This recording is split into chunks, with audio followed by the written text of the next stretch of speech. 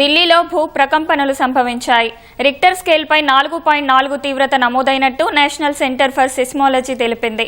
హర్యానాలోని బజ్జర్ ప్రాంతంలో భూకంప కేంద్రం గుర్తించారు. మరిన్ని వివరాలు మా ప్రతినిధి అరుణ్ అడిగి తెలుసుకుందాం.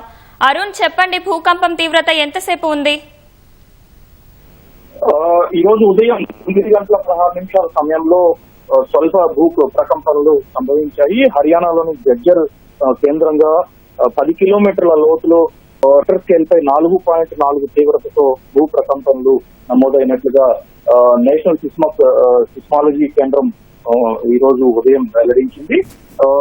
కొన్ని సెకండ్ల పాటు కంపించినటువంటి భూమితో ప్రజలు కొంత ఇబ్బంది పడ్డారు. ఉదయం అందరూ తమ సాధారణ కార్యకలాపాల్లో బయలుదేరే ముందు సాధారణ కార్యకలాపాల్లో ముందుకు వెళ్తున్నటువంటి సమయంలో ఈ ప్రకంపనలు కొంత అలజడి సృష్టించాయి. ఢిల్లీకి అత్యంత సమీపం, దేశ రాజధానికి అత్యంత సమీపంలో ఈ భూ ప్రకంపనలు సంభవించాయి.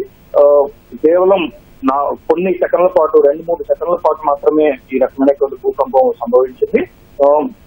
ఢిల్లీకి అత్యంత సమీపంలో ఉన్నటువంటి జజ్జర్ లో 10 కిలోమీటర్ల లోతులో 4.4 తీవ్రతతో నమోదైనట్లుగా నేషనల్ సిస్మాలజీ వెల్లడించింది. అయితే ఈ ప్రకంపనలు మరికొంతసేపట్లో కూడా జరగవచ్చు అన్నట్టుగానే, అంటే ఒకసారి భూమి కంపించిన తరువాత కొద్దిసేపటికి కొన్ని గంటల తర్వాత అయినా మరొకసారి కంపించడానికి అవకాశాలు ఉన్నట్లుగా సిస్మాలజీ విభాగం అధికారులు వెల్లడిస్తూ ఉన్నారు. సో ఈ నేపథ్యంలోనే ఎట్లాంటి తీవ్రత అత్యంత తక్కువగా ఉండటంతో ఎలాంటి ముప్పు, ఎలాంటి ప్రాణ నష్టం కానీ, ఎలాంటి ఇబ్బందులు కానీ చోటు చేసుకోలేదు. కాకపోతే భూ ప్రకంపనల వల్ల ప్రజలు ఆందోళన చెందుతున్నటువంటి పరిస్థితి అయితే ఉంది.